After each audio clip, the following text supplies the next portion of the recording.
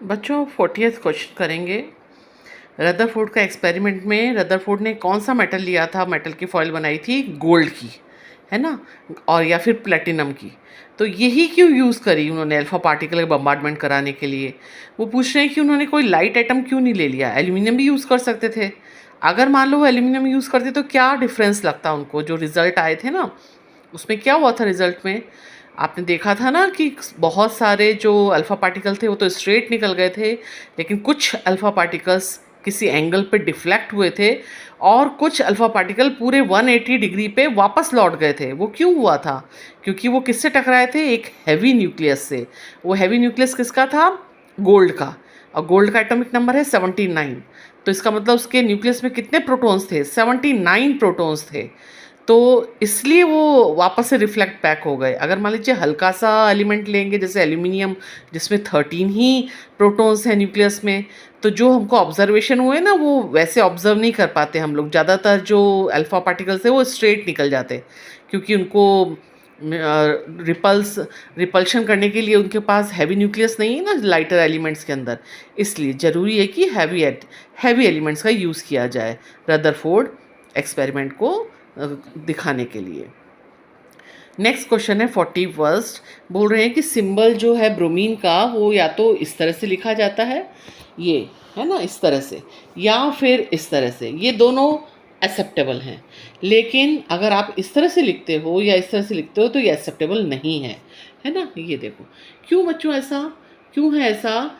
क्योंकि ये रूल बनाया है कि जो सिंबल है ना किसी एलिमेंट का, उसमें जो सुपर स्क्रिप्ट में लेफ्ट साइड में हमेशा मास नंबर होगा, जो कि 79 है ब्रोमीन के केस में, और सब स्क्रिप्ट में उसका एटॉमिक नंबर होगा। तो ये जो ऊपर वाला है ये सिंबल, ये तो बिल्कुल एक्सेप्टेबल है। और BR79 भी चलो ठीक है, क्योंकि एटॉमिक नंबर तो कभी चेंज नहीं होता। मास नंबर तो चेंज हो जाता है ना according to the number of neutrons. Isotopes में ना मास नंबर चेंज हो जाता है, इसलिए मास नंबर का इंडिकेट करना बहुत ज़रूरी है। नीचे वाले केस में जो एक्सेप्टेबल नहीं है उसमें देखो क्या गलती हुई है कि जो एटॉमिक नंबर है उसको सुपरस्क्रिप्ट में रखा है और मास नंबर को सबस्क्रिप्ट में। ये रॉन्ग नोटेशन है। और दूसरे केस में क्या किया, ब्रोमीन में सिर्फ 35 जो है उसका एटॉमिक नंबर दिखाया है, वो भी सुपरस्क्रिप्ट में, लेकिन कोई मास नंबर का इंडिकेशन नहीं है। जबकि मास नंबर बताना बहुत ज़रूरी है कि उसके अंदर नंबर ऑफ न्यूट्रॉन्स कितने हैं, क्योंकि मास नंबर जो है वो अलग अलग एटम्स में, एक ही एलिमेंट के अलग अलग एटम्स में अलग अलग हो सकता है। 80 वाले भी होते हैं ब्रोमीन, 81 वाला भी होता है, 79 वाला भी है। तो इसमें कितना है, इसका मास नंबर क्या है वो इंडिकेट नहीं किया है, इसलिए ये एक्सेप्टेबल नहीं है। फिर क्वेश्चन नंबर 42 में क्वेश्चन पूछा गया है कि एक एलिमेंट है जिसका मास नंबर 81 और वो कंटेन करता है 31.7% more neutron as compare to proton. तो उसका एटॉमिक सिंबल क्या होगा? तो आपको पता है बच्चों, mass number is equal to क्या होता है, number of protons plus number of neutrons. तो वो कितना दिया हुआ है, 81। अब हमें ना तो नंबर ऑफ प्रोटॉन बताया ना न्यूट्रॉन बताया, लेकिन ये बताया कि न्यूट्रॉन का नंबर जो है वो 81, वो 31.7% ज़्यादा है प्रोटॉन से, है ना। ऐसा होता है ना बच्चों, नंबर ऑफ न्यूट्रॉन्स ज़्यादा बराबर भी होते हैं प्रोटॉन्स के किसी किसी एटम में, और कभी कभी नंबर ऑफ न्यूट्रॉन्स ज़्यादा भी हो सकते हैं। तो हम क्या मान लेते हैं कि number of, suppose let P is the number of protons x, जो कि x है।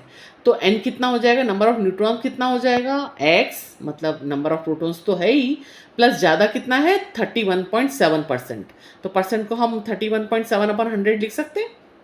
तो हम नंबर ऑफ न्यूट्रॉन इस तरह से लिख सकते हैं इक्वेशन में, x plus 31.7/100 x is equal to, दिया हुआ है आपको, आप इसको सॉल्व करोगे तो क्या आ जाएगा, 1.317x आएगा ना।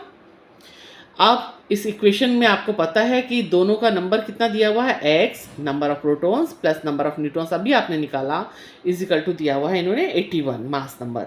तो जब इसको प्लस किया तो आपका आया 81, आपने x की वैल्यू निकाली, आई 35। तो x की वैल्यू मतलब प्रोटॉन का नंबर आया 35। तो प्रोटॉन का नंबर 35 है, इसका मतलब वो एटॉमिक नंबर उसका 35 है और वो ब्रोमीन है, और 81 उसका मास नंबर है, इसका मतलब नंबर ऑफ न्यूट्रॉन्स कितने हैं उसके अंदर, 46।